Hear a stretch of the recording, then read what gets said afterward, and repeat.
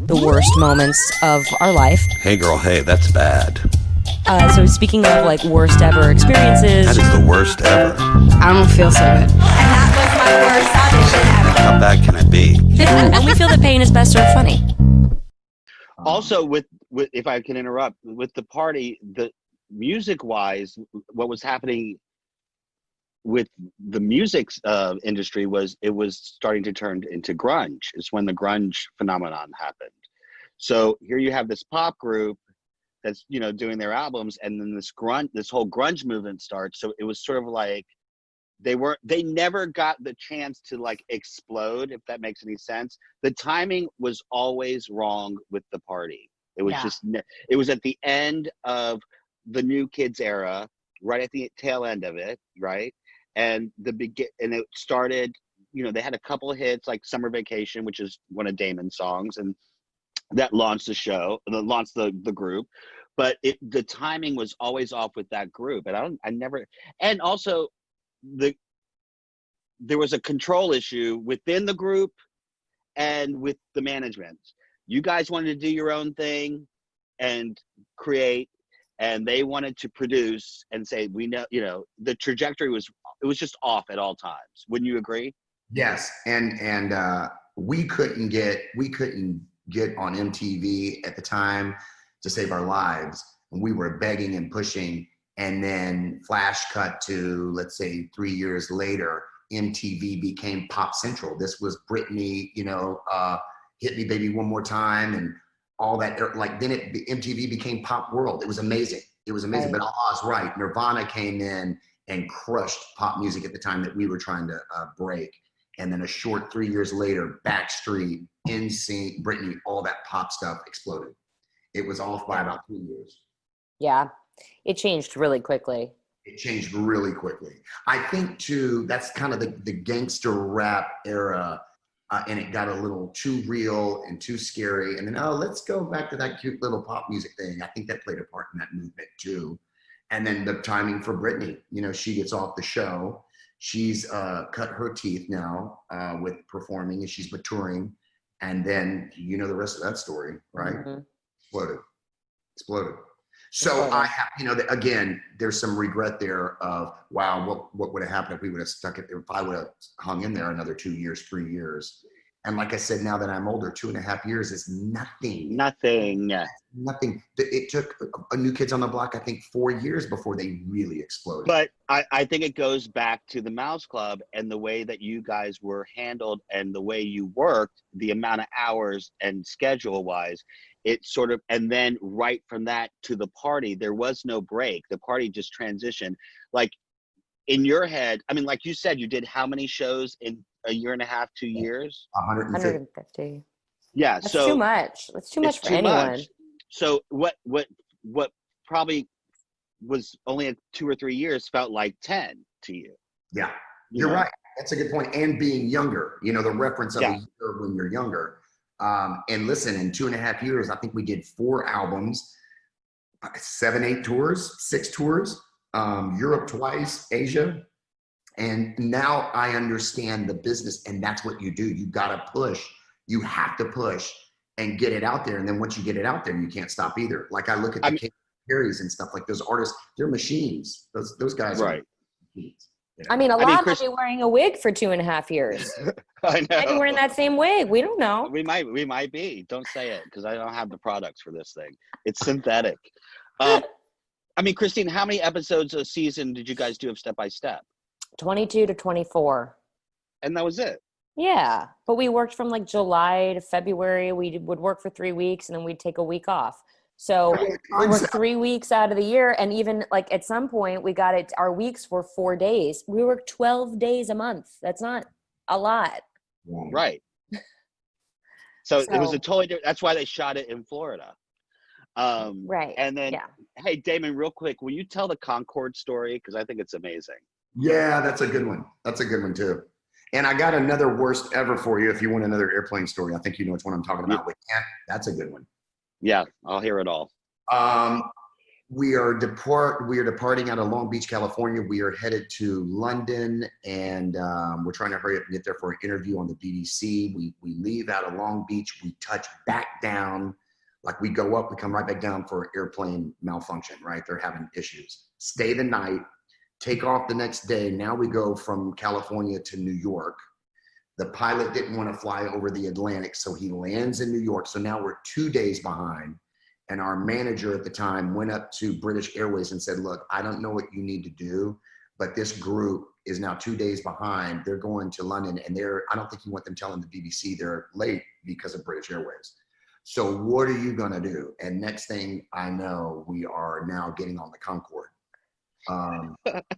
Which is such a crazy twist of fate, because as a kid, I was so fascinated with that plane. I thought that thing was just incredible. Yeah. So it flies in its own airspace. It, I think, was doing Mach 3, and it's so high that one side of the plane was day and one side was night. Like you could see the difference in the change of time, you know.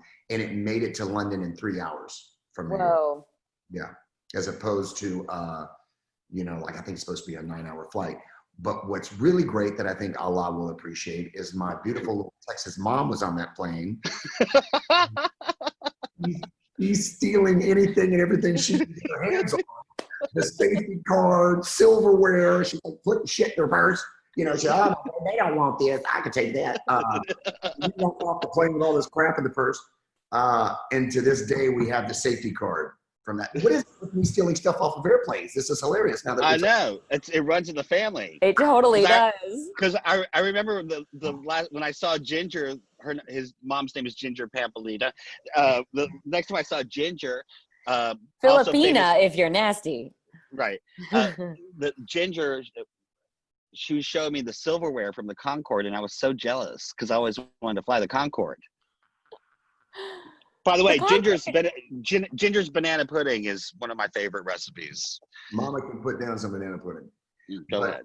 We had a hairdresser with us with hair that looks like Allah's wig right now, and I'm not kidding. Brent Levette.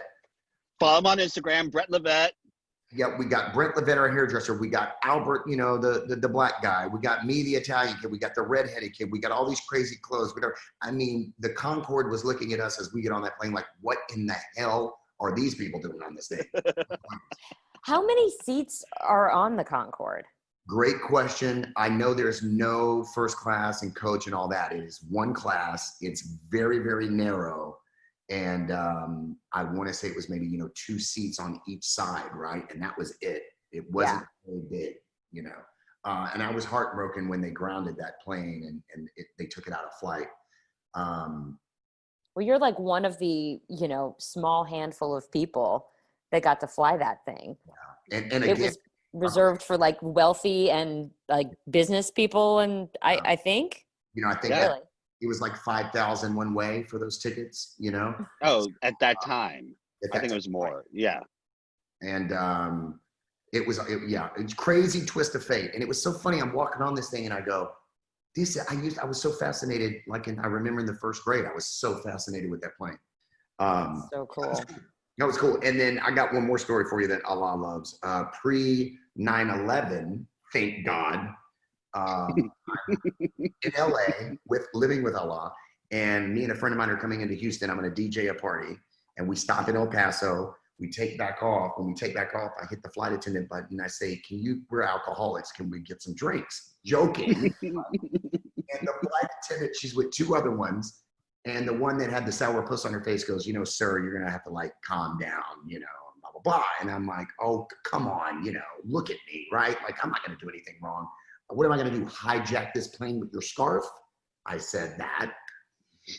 He goes, sir, you can't say that. I go, you know, something like, oh, we're just having fun. We're going to take this thing over or something like that. We're going to take this plane over. Like if we go to a club, me, Allah, and Albert, we're going to take the club over. It was a figure of speech, right? So, but you have to understand, hold on. You have to understand Damon is like a hype man. So when he says it, right, like say it how you normally would say it, Damon. Oh, come on. What are we going to do? Take this plane over? What am I? Yeah, that's exactly. Oh, God. She goes to the captain's quarters. Bottom line is when I land in Houston, the cops are there as soon as I get off the plane, throw me against the wall, frisk me, cuff me, and take me to airport jail. No. Yeah. And thank God the flight attendant dropped the charges because that is a felony. And, again, this was pre 9/11. If this was post 9/11, I'd still be in prison. Oh, for sure. With Corona. With the corona.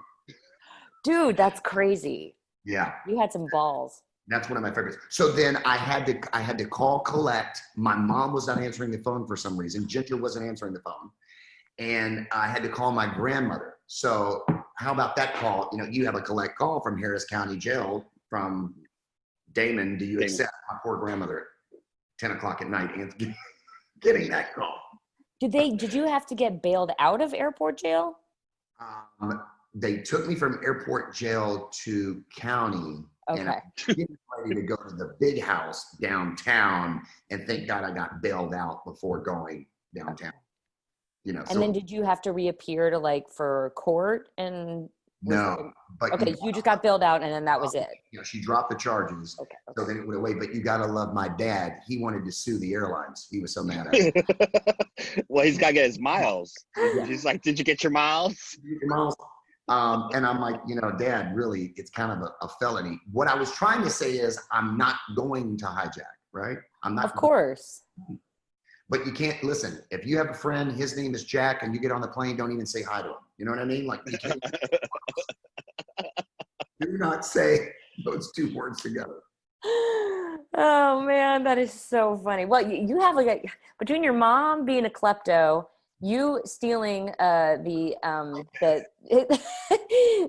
the life preservers, and your dad trying to sneak on as get his wife to do a switcheroozy. You should all maybe stay away from planes. Yeah, we've had some crazy experiences with employees. That's so funny. It's a crazy family. There's nothing. I want to put a camera on the Pampolinas, it's a reality show, because they can't go anywhere without chaos. Something always happens. If we could add Nicole Tom to their mix, it would be insane, right? Now, Damon, you're married now, and how old's your son? He's 10 now. By the way, with all due respect, the cutest kid, but he's Damon times 20, okay? And I mean, times 20. He ain't playing around. He's a hot mess, right? In a good way. As a kid, he's crazy. Yeah. Me and my wife used to joke when we first met that we had a kid. He'd have very big hair and a lot of ADD. And she must be part witch because we nailed it. Oh my gosh. I've never seen anyone like it.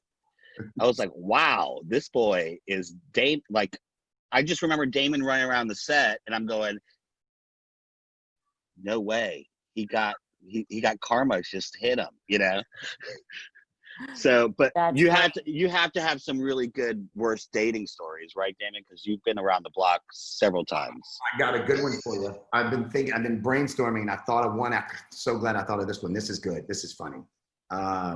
We're on tour with my mom because I'm under 18. Do you know this story, Allah? You know, I think so. Go ahead. We're in Toronto, Canada, at a hotel, and for Vanilla Ice, we're opening up for Vanilla. And pre-show, there was kind of this meet and greet, before the show. And this bombshell walks in, and she's maybe 21, and I'm 15 at the time, So we exchange numbers, and then we talk about getting together after the show or whatever. So I call her, I say, hey, we'll come to the hotel. Now, unfortunately, Allah was not on that tour as the guardian. So I'm trying to kind of find my space. Where am I going to go, right? And she ends up getting to the hotel, and I have nowhere to really go. I don't know where I'm, where everybody's kind of tied up, and parents are with them or whatever. So we end up in a stairwell, right? Now, again, I'm 15, and I'm trying to kind of play this cool, So we're making out, we're doing our thing, and I hear the door open one flight above me, and I'm like, what the hell? Damon, are you in there? Somebody burned me, probably Chase. or my mom has crazy intuition and found me in the stairwell. I was Oh no. so embarrassed, so embarrassed. But again, we were like 15, we were babies, you know. Oh my God. And Well, yeah. very sexually active. Very, yeah. That was And then like when you moved back to LA after as an adult, how long were you here then? 8 years. Oh, okay. So you were here like for the rest of your 20s pretty much. Yeah, majority of my 20s. I was with Allah for a year and then went and got my own place. And we jumped around LA a little bit, but yeah, we were out there for a good 8 years. And what was interesting is when I first got out there and they would read the resume, the Mickey Mouse Club, they kind of laughed at it, right? And then these careers started surfacing and then it totally changed. You know, about 2 years in, it kind of changed. And then it ended up taking on a different life, you know. That's interesting. It was very interesting because I remember being pissed off when I would go in there and they would kind of like laugh about it, you know what I mean? And then, Right. and then Kerry Russell, you know, these careers started coming up. And then Britney's on the cover of Rolling Stone and everyone's like, oh, hold on. Yeah, the Mickey Mouse Club took on a different respect. You know? But yeah, I was out there for a good 8 years and I was in acting class with Allah. That was a blast. What was her name? Allah? Diane. Christine Were was you in our classes. class? I wasn't. We were in. Yeah, You were in our class. for a little bit he was. Yeah. Was she? Was it the same era? Oh yeah. Yeah. Oh no. Yeah, I think you. Yeah, you might have been sometime. You know, maybe you were working at the time, Christine, or something. I took a couple years off, and then I would go back in, and you know, I was in and out. Lindsay Yeah. Price is here with us, right? Yeah. Yep. Yeah. I just texted Lindsay Price the other day. How's she doing? She's good. You know, she's married to Curtis Stone. No, I didn't know. Yeah. Look at her. Yeah. Yeah. And then Tiffany Hale was in our class. Well, no, Tiffany was in Stefan's class before you, Damon, right? Yeah, I was gonna say Tiffany went in there when I was in there. Right. And Donnie Jeffcoat. Well, also Christine, Gary Spatz was their set Dialogue coach. acting teacher on the Mickey Mouse Club. Oh, right. Okay. Yeah. Set. Yeah. Sure. So then you're an adult and you're living out in LA and like doing your thing. And I mean, tons of auditioning, working, all of that stuff, young Hollywood stuff. Any worst ever stories from that era of going into stuff and like Yeah, up against the same person over and over and over again? Yeah, one story was Breckin Meyer, which for our viewers was the young skater guy in Clueless. Yeah. Yeah. I did Can't Hardly Wait with him. I love him. Love that guy. Yeah. Ended up screen testing with him for this great project for NBC. And me and him were just back and forth, man, with a room full of 20 suits. And I felt so good. And I get out of there and he's cool and professional. And then they're teaming us up with other people and they team me up with this other kid. And we get in there and this kid's read was completely different than Breckin Meyer's. I mean, he just took it a totally different way. And it messed me up that I froze. I mean, I literally just I'm in my head. I'm like, what in the hell is this? Which maybe that's what they wanted. They wanted to see, you know, how I could bounce back. So it just messed me up. And we kept, you know, I picked it back up and got into it. And I don't know, who knows? But I remember getting out of there and going, I was just so mad at myself because I was like, oh, it was such a great script and a great opportunity. And that was kind of my worst ever. And it just was, you know, listen, when you're out there living in a studio apartment and you already get your contract negotiated before your screen test, right? So you're like, this is it. And then you go up. Of course, I beat myself up for like 2 weeks, you know? Of course.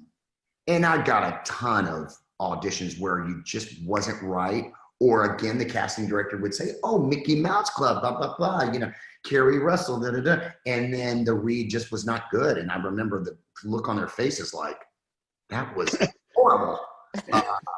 And you get out of there and you're just like, what was that? You know, it was an off day. It was an off day. For So sure.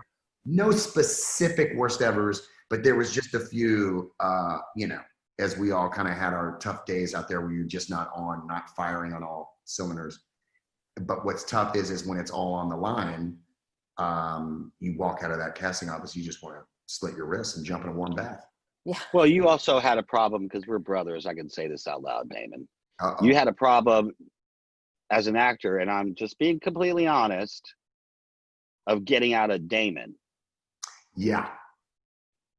It was too much Damon. So if the part wasn't looking for Damon, he wasn't getting it. And what's funny about that statement is the screen test with Breckenmeyer, that character was like written for me, right? It was one of those. And it was, you know, you're like, yeah. And then, yeah, there was also kind of the whole thing too of the stereotyping too, because of the MMC. It kind of started typecasting too. Mm-hmm. It would also kind of play against some. Oh, fucking face it, dude. You weren't good. Don't beat around the bush a lot. Shoot it straight. Oh, gee. But now, guess what he's doing? What? I love this job for him. Go ahead, Damon. Well, wait, I don't know what. Aren't you like a DJ? Oh yeah. So we MC. You don't know what you do? Well, I think you're talking about maybe my podcast that I just started up not too long ago. I didn't know you started a podcast. What is it? We did a podcast about a month ago, right when the COVID-19 madness started. it got released.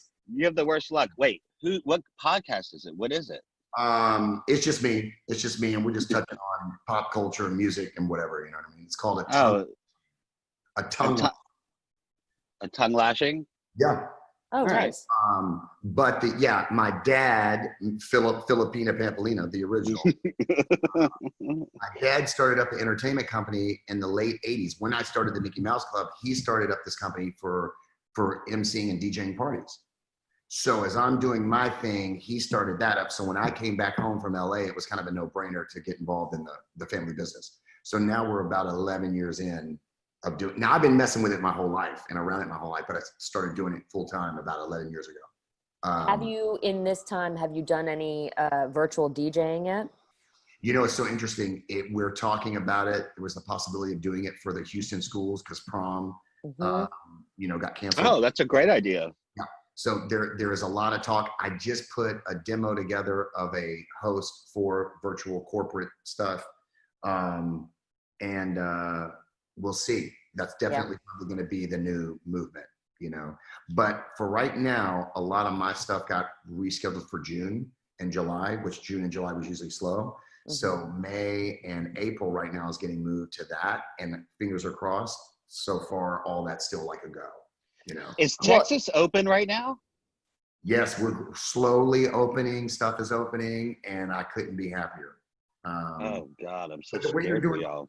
The way they're doing the restaurants is like they're doing it at 25% capacity. They're trying to keep it at like 25 to keep the social distancing, which is weird.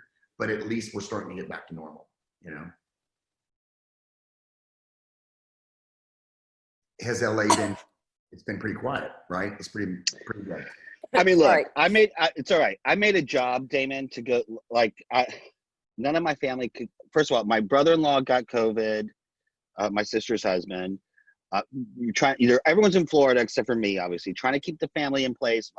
Me and my sister and my brother are doing our best to keep my parents from leaving the fucking house, right? Wow. So we're doing whatever we can. So my sister got sick, so she couldn't leave anywhere. So I sent her like a Lysol Dream package, right? Because I've made it my duty. I go 3 times a week, Monday and Wednesday, and sometimes Fridays, to the Wal-Mart. I stand in line at 6 a.m.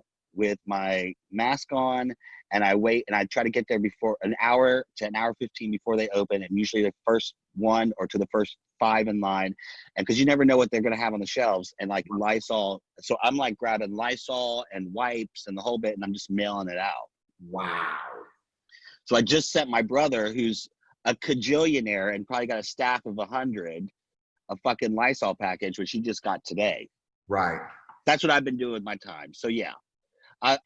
It's like the Amazing Race for COVID. I'm like looking for towels, paper goods, Lysol, tortillas for Christine, you name it. You can't find tortillas. What the deal? I send her pictures of tortillas every time I go. But it's been very quiet, huh? The streets, everything chill. Very right? quiet. Ain't nothing going on except for people walking and walking their dogs. There's nothing going on here but the rent. Wow. All right, I'm having the worst allergies because before you got on this podcast, I was saying that I was bitching, having my like white lady bitch rant, because all these people in this area, they have nothing else to do but hire people to trim their trees. And it is like a sawdust, pollen, it's like crazy. And I can't leave the house. And my kids were outside all the time. All we can do is walk. Right. We can either inside the house or we're out walking for we did an 1.5 hour walk yesterday because I was like, I gotta get out of this house. So we're like walking. I've got multiple snacks. There's like a dinner underneath the stroller. I can't, because I'm like, I can't sit in the house any longer. But my allergies are like through the roof. It's crazy. Yes. No, I was saying, Your DJ friend. Brian is a DJ, and we were talking about some of the virtual stuff, and he's gotten hired to do a couple virtual things. So, that's cool. But I was like, man, the thing is, right now, it'll be different. It might be a little slower in general for the next year or so until people feel comfy and stuff is kind of back to normal. But then when it's back to normal, let me tell you something. It's on. Like, it's on like Donkey Kong. People are going to be like, like, let's do like every prom that we've missed. There's going to be a prom every weekend. People are going to be having house parties. Like, it's going to be the roaring 20s again. And you're going to be busier than ever. I agree. And I think there's also a movement too of kind of like, wow, now we realize how precious life is. Yes. How we appreciate the norm and kind of that whole thing, like you're saying, living each day to the fullest because, oh my God, we made it through this madness. Yes. I think you're right. I think there's going to be a movement of kind of like, hey, let's celebrate and party like it's 1999, For sure. Yeah. So, and again, if June right now is we got stuff on the books and they're talking about doing it. And what's interesting is I don't know how Houston's going to do this, with 100 people, 200 people in one room. Right. But I think they're moving forward with a lot of the stuff. And I just found out too, my favorite band is they're on their 30-year anniversary of their first album. They're coming to Houston in June. I have great tickets, and that concert is still a go. Wow. The Black Crows. Really? Really? Yeah. And I am ecstatic. And I've got a great story. I've got a great story about that one. Go ahead. You'll love that band. Hang on real quick. I got a little boy at the door looking for my son. How about that? Hang on. Yeah, send it. You'll love it. Okay, so I'm in New York with a good friend of mine. We go see the Black Crows at the Beacon Theater, and somehow he works out an after party in New York where the band is going to be. So, of course, if you know anything about the Black Crows and the Beacon Theater in New York, weed is legal in that, or at least they let you have it. Go ahead. Hold on a second. Just so you know, when I went to AMDA, my apartment, my dorm, was above the Beacon Theater. Continue. Which was above the China Club, we used to sneak to the China Club through the kitchen when I was going to college because you couldn't get in otherwise. But go ahead. The apartment that I know, was it the apartment that I know in New York? No, it was your dorm. No, it was my dorm, my first apartment. Yeah, okay. Go ahead. So, the wacky tobacco is being passed around pretty heavily at the concert at the Beacon, right? So me and my buddy are partaking. We get to the after party, and I had a whole speech in mind that if I was able to tell Chris Robinson, the lead singer, what I wanted to tell him, I had this whole speech played out of, listen, man, we enjoy your music so much. You guys this amazing music, and it's just awesome. Please don't stop creating this music that we all love, right? This is kind of what I had played out of my head. So we get to the after party. There he is. This is out of a movie. And my buddy goes, dude, there he is. Go tell him. So I go to the bar, a little stoned, a little kind of starstruck. And I go, Chris. And he goes, yeah. I go, don't stop. And that's it. Don't stop. Don't stop. That's That's all it? that came out. What did he say? But now, wait a minute. Hang on. I got to get this. Wait, watch this. No. Oh, shit. He's such an idiot. Probably a good 2 years later, my girlfriend in LA at the time is working for Pete Angelis, the manager of the Black Crows. I proceed to tell, of course, my girlfriend at the time, this story, right? So this is a good 2 years later, maybe 3 years later. So for my birthday, I get from a show at the Roxy, Chris Robinson, Damon, don't stop. No way. David, do me a favor. Take a picture of that so we can put it on our Instagram. You got it. That So is so funny. it came full circle. I was totally starstruck. But yeah, so back to the COVID-19 thing. Supposedly, man, like that show is still going June out here, so I'm ecstatic about that. I don't think that's gonna happen. I don't either, because I heard all concerts were getting pushed to next year, right? Yeah. I heard. Yeah. Maybe they'll do a virtual thing. I don't know. I'm tired of the virtual shows. Okay, I well, ainbe into it. okay, I'm really- Covatina, It's Covita. whatever. Get it straight. And then second of all, Don't cry for me, Don't Peter. Don't be mad at me. well, no, I'm mad because like Real Housewives of Atlanta reunion is gonna be fucking like this weird virtual like we're doing right now. It's gonna be like the Brady Bunch with the reunion. I'm like, no, you can't do it like that. They gotta be in the same room. How are they going to fight? How are they going to fight each other? I know. They're gonna be muting each one and then it's gonna be they're editing it right now. They already shot it. Yeah. I love the Black Crowes. The my first kiss was to one of their songs. Oh, So wow. Which one? it will always be She Talks to Angels. Yeah, baby. I was slow dancing in a pool because Ooh. that's what you do when you're in 6th grade. Slow dancing. Who was your first kiss with? His name was Blair Underwood, but it's not what you're thinking. It's not. The Okay, I was actor. like, what? No, This is getting good. no. Was he an wish. actor? No, he was just like this kid. He had a bowl cut. He was a ginger. He was in my class. We were at a friend's Yeah, birthday he was a party. redhead and it was a bowl. It was a bowl cut. We're talking like 1990. Wow, yeah, 1990, baby, I think. yeah. Yeah. It was in LA. It was in LA, huh, Christine? No, it was in Atlanta. It was before I had even come out to LA before Step Which, by Step. I by was the in way, 6th grade. that's where they're from. The band. I know. It's very exciting. I saw them at the Paula Casino and Resorts a few years ago. Ooh, how was that? Why they were randomly playing there. They were great. They're always really great. So Chris Robinson seemed a little pissed. He did you go- wasn't Yeah. wasn't really happy about, I think, the sound. Well, someone maybe. probably just went up to him and said, "Don't stop." Don't stop. And he's like, what the fuck does that mean? He's like in his I head know, all he's like- night. He's like, "Huh?" That is exactly What what he did. He just looked at me like, get the fuck out of the way. Oh man, that's great. Yeah, that's a good one. That's a good one. I again beat myself up for a couple of days. I was like, man, that was my chance. I blew it. Oh, Now, man. honestly, I'm just curious, real quick, and we'll end this soon because I know you gotta get back to your family. But I'm curious, how did you keep your wife? In the sense of, like, no, I know Damon, he's fucking crazy, and then girls are like, all right, enough.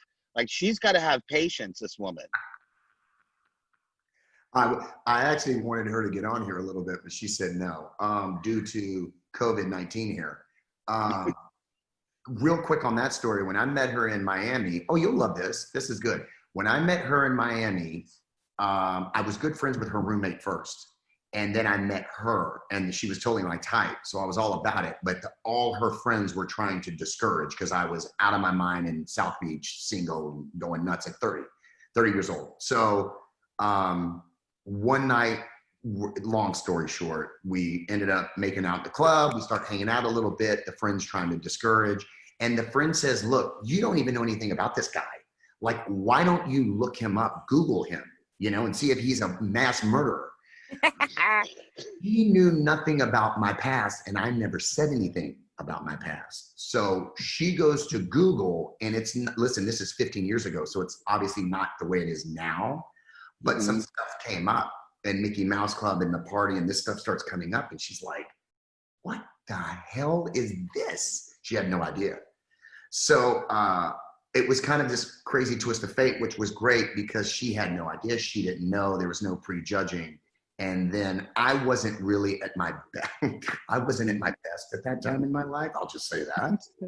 Okay. A lot of that's what I'm talking about. Losing a little too much. Yeah. And she saw. God bless her. I think she saw some good in me, and she decided to stay by my side, which then motivated me to try to how can I say that? Prove myself to her over the years. Mm-hmm. But Allah is right. The immense amount of patience on so many levels, it takes a lot. It takes a lot. Hey, and we're 10 years. It'll be 11 years this September that we've been. Amazing. Yeah. It's crazy. And wait, is she from Miami? She is from New York originally, Queens, but Okay. moved to Miami when she was like 7. Puerto Rican, Dominican. So yeah, you got to sleep with one eye open with that one. Sleep with one eye open, Jack. Well, you have heard of Lorena Bobbitt, right? Exactamundo. I think she was Latina.